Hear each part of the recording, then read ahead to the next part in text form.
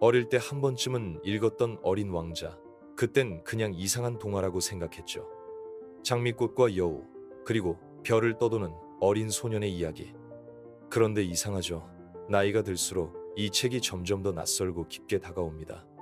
오늘은 어른이 된 우리가 어린 왕자를 다시 읽는 이유, 그리고 그 속에 숨겨진 진짜 메시지를 함께 찾아보겠습니다. 앙투안 드 생텍쥐페리, 프랑스의 작가이자 비행기 조종사였던 그는 1900년에 태어나 하늘을 사랑했고 그 하늘에서 사라졌습니다. 어린 왕자는 그의 마지막 작품이자 유작이기도 하죠.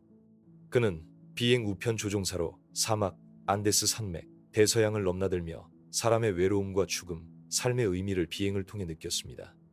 2차 세계대전 중 정찰 임무 도중 실종되었고 그의 비행기 일부는 60년이 지나서야 지중해에서 발견됐습니다. 그의 삶은 어린 왕자, 속 비행사의 캐릭터에 거의 그대로 투영되어 있습니다. 사막에 추락해 고장난 비행기를 고치는 이야기, 그것은 허구가 아니라 그의 실제 경험이었죠.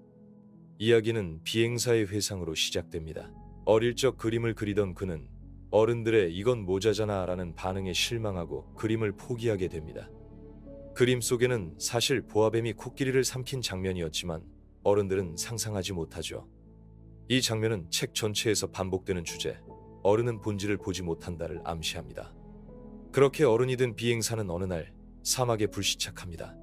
그곳에서 그는 금발머리의 작은 소년, 어린 왕자를 만나게 됩니다.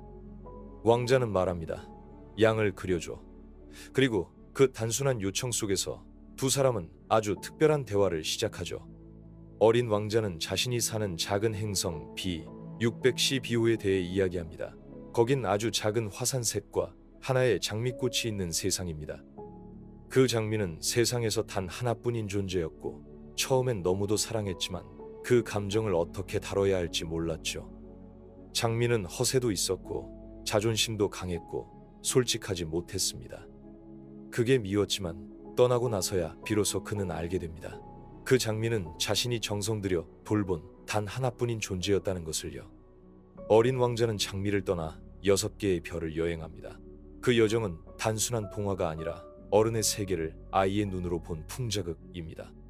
첫 번째 별, 왕. 모든 것을 명령하려는 왕.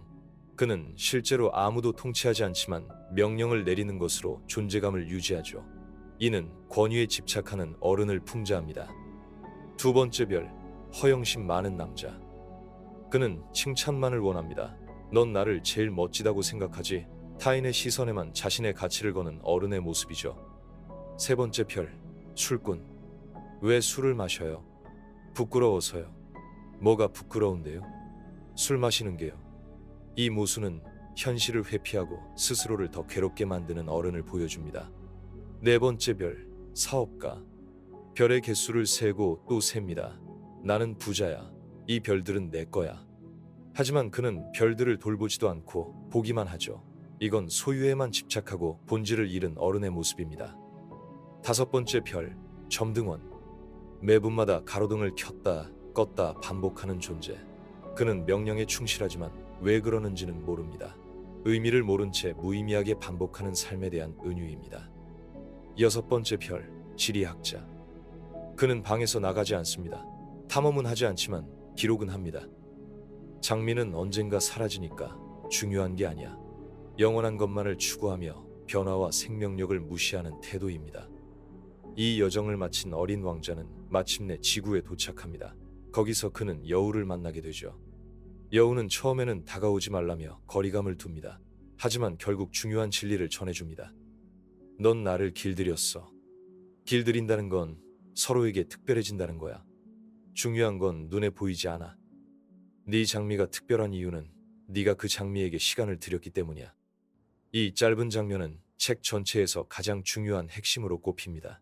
어린 왕자는 여우와의 만남을 통해 자신이 떠나온 장미를 이해하게 됩니다.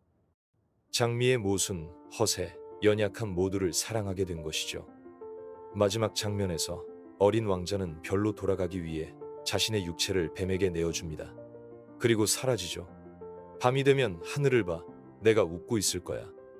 너는 모든 별들에서 내 웃음을 들을 수 있을 거야." 그는 죽었을까요? 아니면 돌아갔을까요? 독자에게 해석은 열려 있지만 중요한 건 감정입니다. 그는 자신의 존재 이유를 찾았고 사랑을 깨달았고 돌아갈 곳을 기억하게 됐습니다. 어린 왕자는 단순한 동화가 아닙니다. 이 책은 어른이라는 존재에 대한 날카로운 통찰이자 비판이에요.